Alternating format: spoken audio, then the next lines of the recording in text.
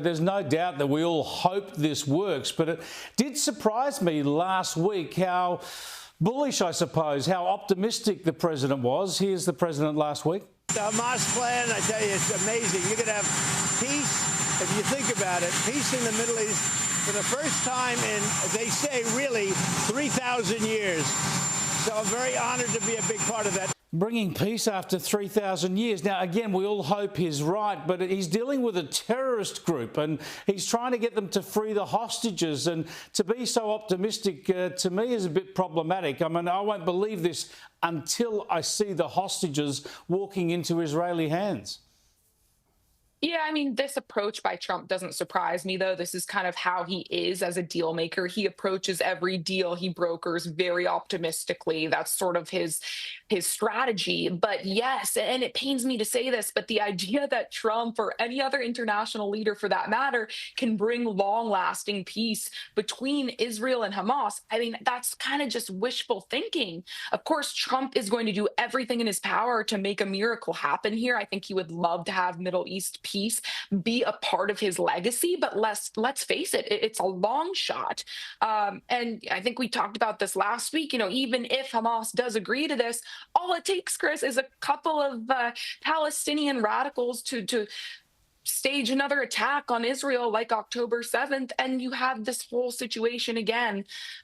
So I think Trump's trying his best here, but I am not as optimistic as he was last week. Yeah, that's why, of course, this is a peace deal if it comes to fruition, and we welcome that. But what it really is an ultimatum. It's pressure to force Hamas to surrender. And in this latest exchange with CNN's Jake Tapper, President Donald Trump makes that pretty clear. Have a listen. I asked him, what happens if Hamas insists on staying in power in Gaza? The president said, complete obliteration.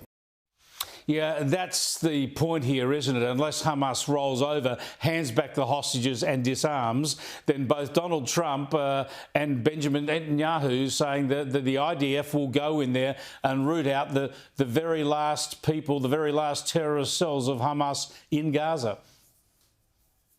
Yeah, and I mean, this is the only language that a group like Hamas is going to understand. So these kinds of threats are necessary, but it's also very important to follow through on that threat if Hamas doesn't cooperate. And so far, the president has made it clear that he backs Netanyahu in that effort if it comes to that. Yeah, you're right. This is the language that they'll understand, and let's hope there's a breakthrough sometime soon. I want to bring it back, though, to domestic US politics briefly, because we get so much lecturing from the Democrats, from the Liberals, about Trump not accepting the electoral system and the electoral verdicts. But the left themselves so often squeal about election results, as of course Hillary Clinton did. But here's Kamala Harris not accepting a mandate, not accepting that Donald Trump has a mandate. Have a listen. It was the tightest, closest presidential election in the 21st century. He does not have a mandate. That is not a mandate. That is not a mandate. He does not have a mandate. Kristin, this is just like Hillary Clinton saying, we'll form the resistance against this illegitimate government. Yeah, Kamala Harris is completely out of her mind. I saw a hilarious Babylon Bee headline this morning that said, Kamala Harris does speaking tour to remind the nation why Trump is president. And it's so true. Everyone is embarrassed by her. And this speaking tour just makes it even more cringe.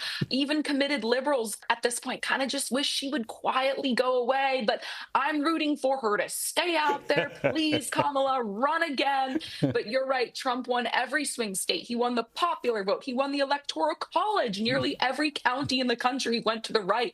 If that is not a mandate, I'm really not sure what is, Chris. You are right. She has lost her mind. Thanks for joining us again, Kristin. Thank you, Chris.